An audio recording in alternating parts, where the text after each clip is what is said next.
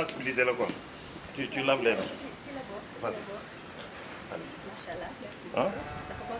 voilà comme ça avant ñu commencer émission bi ñu def bi ah voilà soyez la bienvenue.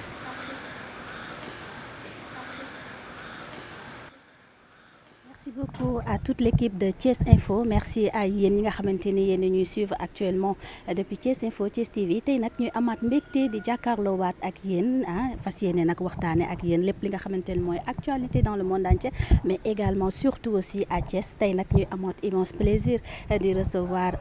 monsieur Cheikh Cissé tey nag moom la ñu dalal yaakaar naa ni duñ def rek lu dul bàyyi kook askan bi ñuy seetaan mu daal di présenté wu monsieur Cissé salaamaaleykum. maaleykum salaam soxna si.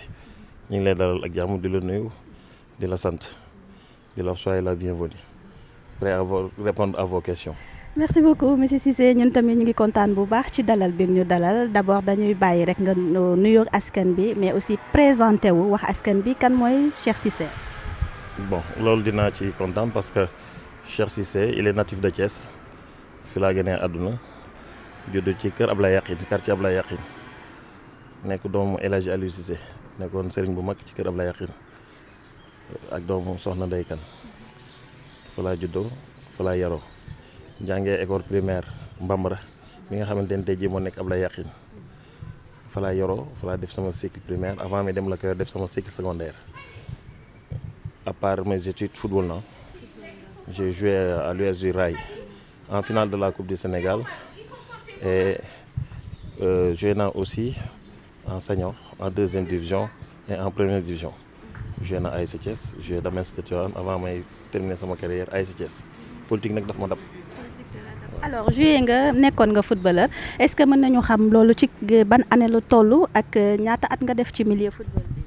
bon j'ai fait beaucoup d'années parce que à part j'ai joué une finale de la Coupe du Sénégal c'était en 88-89 yégal naa équipe Stade de Mbour en deuxième division en première division à l'époque. J'ai eu pas mal de matchs en première division donc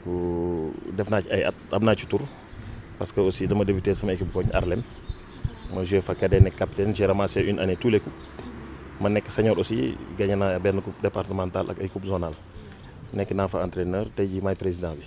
macha allah. macha allah mu nekk parcours bu riche macha allah alors dégg nañ tout à l'heure si sa biir wax nga ne politique da la dab. Est-ce que mën nga ñu expliquer tuuti ci sa parcours politique. non en politique parce que daf ma dab j'ai jamais souhaité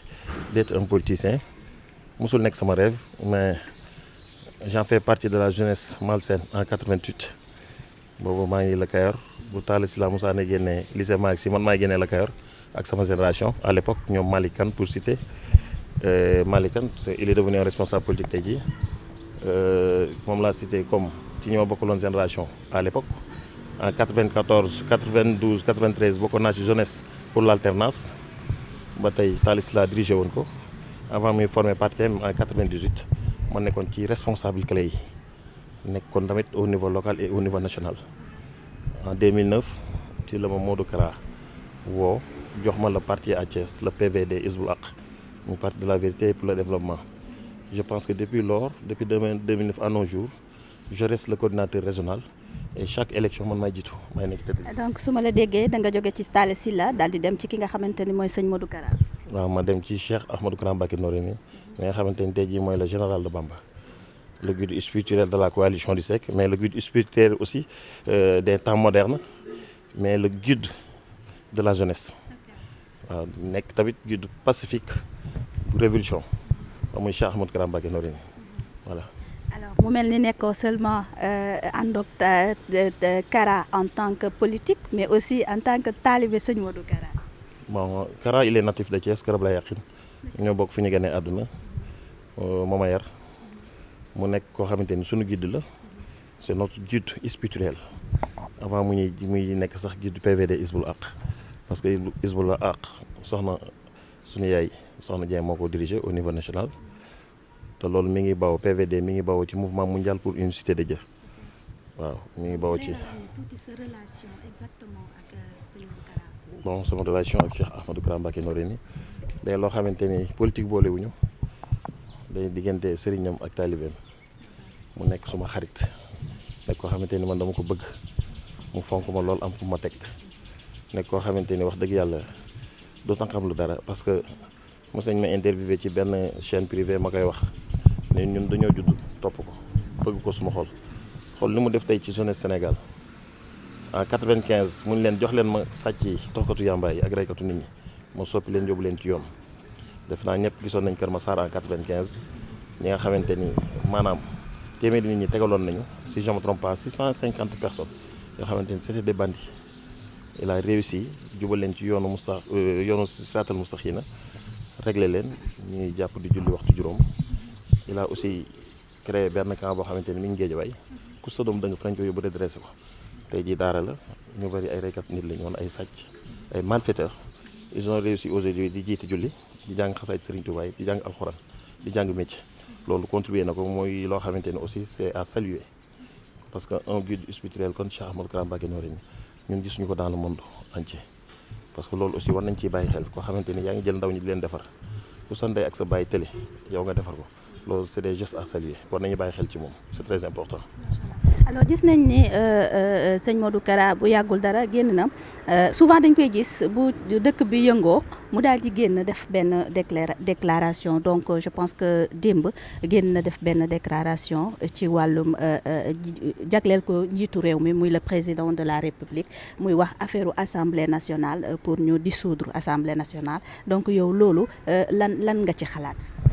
xam nga loo gis chaque chose à son temps. bi mu ko waxee sax la am fit nga interviewé nii pour ma wax ci parce que moom fu mu nii noonu la rek ñun foofu la ñuy jaar amuñu choix ci lu muy wax ak lu muy def ñun dañ naan ñu jaar leen fii ñu jaar fee parce que moom lu mu ànd ñun ànd nañ ci lu mu àndul ñun ànduñ ci j'appuie et je suis entièrement d'accord avec lui et je le soutiens pour ces paroles là. Et il a même précisé dafa ne ci 5 mois. c'est son souhait d'ici 5 mois loolu war na mën a nekk parce que Sénégal avenir u Sénégal ëllëg mi ngi ñuy waaj a lëndëm parce que qu'on se dise la vérité Cheikh Modou Kara c'est des personnes yoo xamante ni peut-être yàlla may na leen ñu gis loo xamante ni ñëwagul ba mi ngi dimbali actuellement day dimbali président Macky Sall parce que bi mu fi waxee affaire bi gars yi tëju njaay meeg jënd beeg doxul transport yi dara doxu ci mais bi mu waxee Macky gis nañ ni président de la République bàyyi mu def donc on souhaite que ça continue parce que ay nit tamit boo leen confiné ñu toog da nga leen jox ñu lekk wala nga jox leen ñu naan donc mi ngi aidé rakam muy le son excellence le président de la République mi ngi koy jàppale ci bu baax te def naa sénégalais yëpp gis nañ loolu donc encore une fois moom lu mu wax rek dañ koy appuyer nekk ci ginnaaw waaw. mu mel ni moom saa yu génnee rek am na message bu am important boo xamante ni da koy lancer mais xëy na askan bi du ñu gaaw a comprendre li nga xamante ni moom lay wax yéen ñi nga xamante ni yéen a ko jege parce que dégg nañu aussi mu wax ci benn déclaration ne Macky dafa war a soppi. mu mel ni aussi que déclaration bi sëñ Mountakha def aussi wax na ci ni gëdd bi ñu war a jox Touba joxuñu ko yooyu wax yooyu yëpp yow nga xam yaa ko jege lan nga mën a jàngat ci loolu. xam nga li ñu ciy jàngat mooy li ma la wax léegi rek moom day gis lu ñëwagul te yàlla may na ko ba moom moo xam njëli muus la boo waxee gis su waxee loolu envers le président de la République c'est parce que il a ses raisons dafay gis lu ñëwagul te catastrophe yu bari lay éviter parce que mbooloo moo nekk ci ginnaawam. donc moom sañ naa waxee position boobu digganteem ak président de la République mu teel jël ay précautions boppam quant à Touba nag Touba c'est une ville sainte lii mosu fi am donc lakki punog yooyu ñoom xamuñu ko woon te la mu wax Touba wax ko moom la wax Mbacké wax na ko yaa des années derrière ci ginnaaw yàgg na ko wax ni Touba ak Mbacké maytul kenn mu fay taal puno wala di ko fa lakk wala di manifester dafa rafetul ci deru Touba te en général ñi ko fay def mooy wàlliyaane wala ñuy infiltré waaw mais Touba loolu du wàllam quoi. et c'est regrettable moom jël na fi parole ay fan ci ginnaaw jégalul ñëpp ñi ko def ñëpp parce que moom yërmande kese la waaw moom yërmande kese la quoi moom général Kara waaw. alors Cheikh mën nañu xam parce que gëjoon nañ la gis loolu ci milieu politique lan moo waral retour bi. non c'est-à-dire dafa jot PVD yëngatu moo tax ma dellusiwaat comme général bi yëngatoo rek lieutenant yi ak capitaine yi dañuy yëngatu moo tax ma yëngatu parce que j'ai pas besoin di publicité sama bopp di ñëw envers vous pour génn ci média bi wax. tout juste chaque chose à son temps da ngay xaar le moment venu nga wax boo xamante ni day am importance mu jëriñ askan bi dara mais lu ñor nga wax lu ñorul nga wax man j'en fais pas partie de ces genres de politiciens parce que je suis fier d'être thiessois j'ai un esprit révolutionnaire toujours et je dis souvent que seuls mes principes me permettent de survivre donc j'ai pas besoin di nekk ci média yi lu ñor ak lu ñorul nga génn wala ngay publicité sa bopp donc j'attendais ces moments là nga xamante ne boo waxee lu am importance askan bi nañ la dégg te nañ ci mën a jëriñu moo tax mais du dara. da nga gis ni dafa jot la situation politique actuellement au Sénégal nan nga ko. Hizbul Haq moo jot parti de la vérité et pour le développement waaw non mais politique parce que politicien la Hizbul Haq il est l'heure de la vérité sinon a sonné moo tax ñuy yëngal waxtu Hizbul Haq moo jot soxna si waaw yow sax Hizbul Haq nga parce que sol li nga sol nii moom sunu waa kër yi nga bokk waaw loolu laal moo tax mooy yëngatu parce que chaque chose en son temps ni ma koy faral di waxee waaw jot na moo tax foog ma wax waaw. lan la ñu mën a xaar ci yéen parce que actuellement gis nañ ni Sénégal xaw na yëngu coow li bëri na surtout nag ak coronavirus bi ku nekk ngi waxee sa côté yow nga jóg nga ne jot na pour nga wax boobu est-ce que mën nga ñu ko tekkil mu mel ni Sénégal dañoo nekk ci guddi gu bërsëgal. tu l'as bien dit parce que dañu nekk ci guddi gu bërsëgul. waaw parce que non je peux t'expliquer carrément parce que man au début j'ai sensibilisé dem naa ci Facebook bi ci réseaux sociaux yi sensibilisé ñëpp gis ma may raxasu ak gel bi ngeen ñëwee dama la jox gel pour nga raxasu donc sensibiliser en tant que responsable politique weesu loolu donc jot na aussi nit ñi xam jël seen i fagaru parce que aussi su ñëwee lii la président def lii nit ñi nii la mu topp nit ñi def lii nii mais chacun ou bien chacune prend ses propres responsabilités mais jot na aussi ñun ñu fagaru jël les moyens nécessaires pour ñu mën a protéger suñu bopp aussi parce que aussi laisser aller bi bëri ñu ne corona bi léegi lii moo ko waral donc je pense que dañuy dem ci catastrophe mais jot na aussi comme li général Kra wax rek ñu jël les mesures barrières. donc kon d'accord actuellement ni sa yenn politiciens yi di doxalee. bon Sénégal moom chaque jour nga gis koo xamante ne day doxal loo xamante ne waru ko def ñu lal benn parole lañ am muy kàddu Cheikh Ahmadou Kara Mbacké Noreyni lu mu ñu wax loo ñu wax ko lu mu ñu def loo ñu def ko waaw. nous sommes ses sentinelles nous sommes ses lieutenants ses capitaines benn kàddu la ñu am muy c'est la parole du général suñu nee nañu exécuter ñu exécuter parce que seul moom fii laa koy wax ñëpp di ma dégg seul moom moo mën a changer situation réew mi parce que jeunesse bi mi ngi ci ginnaaw loolu la yàlla def yonent bi def ko Serigne Touba def ko kooku c'est le général de Cheikh. est-ce que waxoo waxi comme waxu taalibe tamit. waaw parce que foog nga nekk loolu nekkul taalibeem doo mos a nekk sëriñam il faut être un militant avant d'être un responsable je pense le président actuel il était militant ci benn parti politique. nekk na fi ministre avant mi nekk président donc loolu nekkul taalibeem da mos a nekk sëriñam parce que dama ni seul moom c'est le sauveur waxuma la sauver Sénégal mais c'est le sauveur de l'humanité sañ naa ko def parce que damaa gis mu def ci ndaw loo xamante ni ndeyam ak baayam wala keneen mënu ko def moom mu koy def loolu jot na aussi monde entier xeeb naa Sénégal àdduna xam kat mooy Cheikh Ahmadou Kara Mbacké Noreyni redressé doomu aadama mu jaar ci baax di wax loo xamante ni day defar am yërmande kese ci moom laa ko gisee waaw yemul ci guddi spirituel mais day defaraate waaw waxuma ko pour wax loo xam mais li ma gëm dund ko ak moom lay wax te ku ma dégg may wax gis ma may wax dina xam ne kii li muy wax dafa sincère parce que man xamee ma caaxaan du ma tricher voilà c'est ça quoi seul moom moo mën a sauver Sénégal actuellement nii waaw am nañ ci moom yaakaar et puis yàlla baax na parce que ku teddkee ko kennal maamam Serigne Touba riir mi yëpp Cheikh Ahmadou Kara Mbacké Noreyni waaw. donc mbokku internet yi di leen fàttali ni rek tey ñu ngi dalal Cheikh Cissé bu sëñ Modou Kara tey moom la ñu dalal alors monsieur Cissé bëgg nañu xam tey nan nga gisee assouplissement bi nga xamante ni président de la République def na ko par rapport ak mbas mi lëmbee àdduna. xam nga président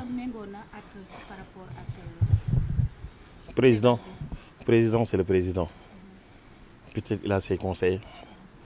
d'une part. On peut dire qu'il est bien encadré, d'une part on peut dire qu'il est mal encadré parce que c'est le président. Un président, tu es le président de la République de tous les Sénégalais. Et actuellement ay consignes lay joxe couvre-feu bi gars yi sonnee loo ci gis dañoo vipp parce que doo sànq wax naa ko doo confiné ay nit joxoo leen ñu lekk joxoo leen ñu naan nga tëj leen. kon da nga yaakaar ni président dafa cédé ak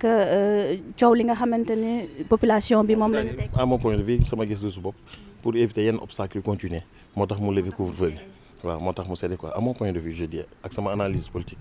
peut-être parce que ay incidents doon na am ñi ngi rey nit ñi foule bi ñi ngi révolté wu il fallait que moom aussi côté boobu dëgërul bopp il fallait que aussi mu bàyyi xool mais aussi danger la parce que population bi ñi ngi en danger parce que mesure yëpp mënuñu ko def quoi nit ñaa ngi dànq ko ba léegi ñi ngi dem ci marché yi ñi ngi dem ci kaar yi dégg naa ci réseaux sociaux yi keroog ñu ne 4 bi dem passé xam nga 24 bi gars yi dañu toog ci suuf bu ñu gisee policiers yi dañu toog ci suuf bu policiers yi rombee ñu buuxante c'est grave ça donc nit ñi ñoo war a am xel jël les mesures barrières ñu ne lii da koy loolu nga éviter ko te yàlla tax mais n'empêche pas que nit ki dem di liggéey di def li mu war a def di moytu c'est très important waaw. voilà di moytu c'est très important mais est-ce que tamit jotul tamit bien que si président cédé na ak li population bi bëgg mais est-ce que tamit jotul population bi ci boppam ñoom it ñu jël seeni matuwaayu bopp parce que sénégalais bërët la am maanaam mën na commencer benn affaire mais du ko yeggali selon vous lan la ñu war a mën a gën a taxawal pour que Sénégal lii war fi mën a gaaw jóge. xam nga sànq maa ngi lay présenter sama sœur bële soxna Marie Sarr ni la docteur Marie Sarr maa ngi la koy présenter sànq parce que santé la nekk ñu ngi doon waxtaan léegi c'est-à-dire sénégalais yi ñoo war a mën a am xel fagaru avant tout même bu feebar amuloon dañoo war a fagaru nit da ngay fagaru sa bopp nit da ngay set sa bopp avant tout soo setee def naa doo gaaw sibiru doo gaaw feebar set dafa bokk ci jëmi dund doomu aadama donc mesures yi feebar am na dans le monde gis nañ les pays les plus développés amul noble amul pauvre mi ngi rey nañu fagaru parce que foog nga jël mesure barrière yi quand même man à mon point de vue da ngay fagaru day rek du reyee fagarul respecté li loi bi santaane nga def ko à mon point de vue c'est ça mais man li ma mënul d'accord mooy confiner nit ñi encore une fois kër religieux yëpp saaku ceeb yaa ngi fa ak diwlin ña ngay yàqu ak suukar yi ñu teg ko foofu rek bàyyi ko foofu jusqu'à quand et je lance un appel à travers le président de la République lekk googu ñu jël confisqué ko ci kër diine yi kër yi nañ ko jox nit ñi ñu lekk ko on a connecté des milliards oui on a connecté des milliards def nañ fi téléthon des milliards ana xaalis bi où sont les milliards qu'on se dise la vérité quand même ou bien il a créé des milliardaires nañ ñu génnee xaalis bi nañ génnee dund yu jox ko nit ñi ñu lekk comme bàyyi nañu libéré nañ population bi léegi couvre-feu bi c'est à 23h à partir d'aujourd'hui dimanche à partir de 23h lañ libéré yoon yi donc man bu ma sañoon loolu président de la république aussi lekk mënum dimbali doomu aadama yi na ko génnee jox leen ko mooy li Cheikh Ahmadou Kara Mbacké noo leen di wax rek yërmande dafay am ni da ngay am yërmande booy day jégale di jëlale di dëggu di jubal di leeral mais da ngay am yërmande c'est très important. Voilà donc parti PVD lan la def ci li nga xamante ni mooy mbas mi bi mu amee ba tey. ñu ngi sensibiliser en commençant par moi mbas mi bi ma amee ba léegi partout responsable PVD bu nekk Sénégal nga yor fan doom ba tànk nekk PVD yaa ngi sensibiliser peut-être ñun suñu sensibiliser bu du woon yow lii nga may interviewé doo dégg ma wax parce que am na loo xam ne man def naa ko sama Facebook bopp nit ñi gis nañu ils ont apprécié dugg naa ci ay groupe wax ko mais chaque responsable région ba mënta nekk Sénégal même partout dans le monde parce qu'on a des responsables qui se trouvent à l'étranger aux États-Unis en Europe en Asie en Arabie Saoudite partout ku ci nekk sensibiliser nga te ñun xam nañu yaa ngi sensibiliser bon xaaruñu président de la République duñu déglu président peut-être ñun suñu benn digal la ñu am muy Cheikh Ahmadou Kara Mbacké Noreyni boobu ba léegi ñu ngi sensibiliser nag mais defuñu ko ci média pour ñu koy gis parce que lu raw sensibiliser ñu koy def lu gën a métti li amoon na fi ñu koy def te kenn du ko yëg mbënn mi amoon na fi banlieue taalibe Cheikh Ahmadou Kara yi ñoo demoon génne ndox mi Touba la fa xewoon ñëpp gis nañ ko Ndaamatu taalibe Cheikh Ahmadou Kara ñoo dem génne ndox mi c'est que yàgg nañu def ay action avant lii di xew donc lii di xew ñu wane suñu bopp naan ñi ngi def léegi lii ci lañ dëkk kër diine bu am Sénégal waa kër Cheikh Ahmadou Kara dem nañ fa muy gàmmu Pire dañ fay ñëw liggéey dem ngir yàlla ak yonent bi ak ku tedd ki Cheikh Ahmadou Bamba Khadimou Rassoul fépp lañ koy def partout dans le monde donc c'est des gestes à saluer foog sénégalais xam ni kii li muy liggéey daf koy liggéey pour askan bi mais liggéeyul pour boppam parce que moom tedd na ba pare li muy am na ko ba pare mais dimbali askan bi moo ko tax a jóg voilà. Est-ce que yéen a ngi bàyyi xel après corona. bien sûr parce que xëy na feebar bi andi na partie inconvénient ak partie avantage est-ce que nit ñi ñu ngi yéen par exemple parti PVD yéen a ngi bàyyi xel après. dëgg ma mel ne PVD xaaruñu sax corona dañoo yëngal depuis général wax. comme actualité la. actualité la te actuellement moo lëmbee askan bi. waaw comme actualité la ñëpp xam nañ ni actuellement kenn yëngatuwul amul manifestation ni politique ni sport ni rien donc après loolu on a un programme on aura beaucoup de choses à refaire parce que jamono yi PVD moo jot Hizbut-Lah moo tax nga interview ma lay tontu nii jamono ji moo yëngut. bu mel ni daal da ngeen takk ba dëgër daal. non pare nañu parce que dañoo bëgg a changer Sénégal dissoudre Assemblée nationale ne jël majorité bi tam mën nañ ko. mais est-ce que loolu dina yomb. fi jamono lu mënul am Macky ku ñu ko woon di nga nekk président de la République dina ko gëm ah Macky ku ñu ko woon doo nekk président de la République ko gëm yàlla mooy fal ku ko neex waaw te ki ñu àndal dañ ko wóolu xam suñu bopp gëm suñu bopp waaw te moom ku tedd ki la àndal te ku tedd ki yàlla ànd ak moom te ku ànd ak yàlla yàlla ànd ak yow waaw suñu lépp dañ koo teg ci spirituel teg ko ci temporel muy zahir di baatin te luy baatin dëpp ak zahir Hizbut-Lah jot na waaw. alors tout à l'heure dégg naa la nga ne nekkoon nga école Abdoulaye Yakhine ñu dellu tuuti ginnaaw actuellement yow yaay président des anciens élèves maanaam ñi nga xamante ni yéen a bokkoon génération tey loolu naka ngeen koy dundee ndax am na ay action yoo xamante ni yéen a ngi koy def yombul nag nekk jóge ci école ba pare delluwaat di ci bàyyi xel ah loolu moom émission politique la du ma ci waxaat parce que gars yi fa nekk ku ci nekk am na foo bokk en politique malgré que je suis le président mais ñun politique wuñu on préfère pas en tant que président du groupe. non c'est juste que comme da nga fa jógee nit jóge na ci école. te bàyyiwutu fa xel question yooyu damay ñaan nga dama koy leb rek ba beneen quoi parce que dans les jours à venir du ñàkk ñu def point de presse ñu wax ci parce que y a un coordinateur que je salue au passage Ablaye Sifal y a l'administrateur Rawane Gningue et conseiller commissaire aux comptes y a la trésorière soxna Fati Fall bon am na bureau quoi mais ñun dañuy politique wuñu moo tax sañu ma cee wax waaw li ma wax nii sax maa ngi ci tuuti jégalu.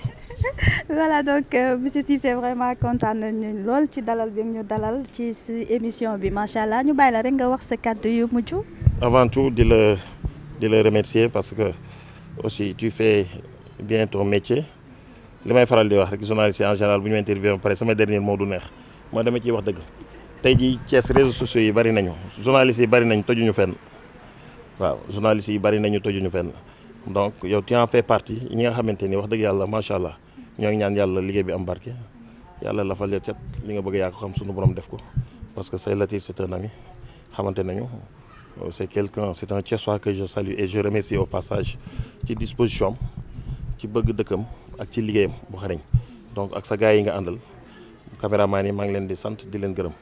mais ñun laal ay Thiessois lañu et on est fiers d'être Thiessois waaw Thiès lañu am ku ko jàpp ñu jàpp la ku ko bëgg ñu bëgg la dawuñu nag demuñu fenn li ñu am dañ koy mérité li ñu bëgg dañ koy liggéey pour am ko donc je te remercie au passage kontaan naa trop. merci beaucoup vraiment monsieur Cissé kontaan nañu trop ci di la dalal ci suñu émission fii ci Thiès Info Thiès TV ñuy remercier bu baax nag toute l'équipe de Thiès Info rawatina sama ñaari caméraman Ada ak Assane mais également duñu tëj te jàllewuñu. bëgg naa la yóbbu ci Cheikh Modou Kara. loolu dina ma neex suñu waa kër yi parce que aussi. maanaam fulaar gi daal. loolu moom sunu waa kër ga. loolu dinaa ko wax daal yow foog ma yóbbu la yow taalibe nga. non loolu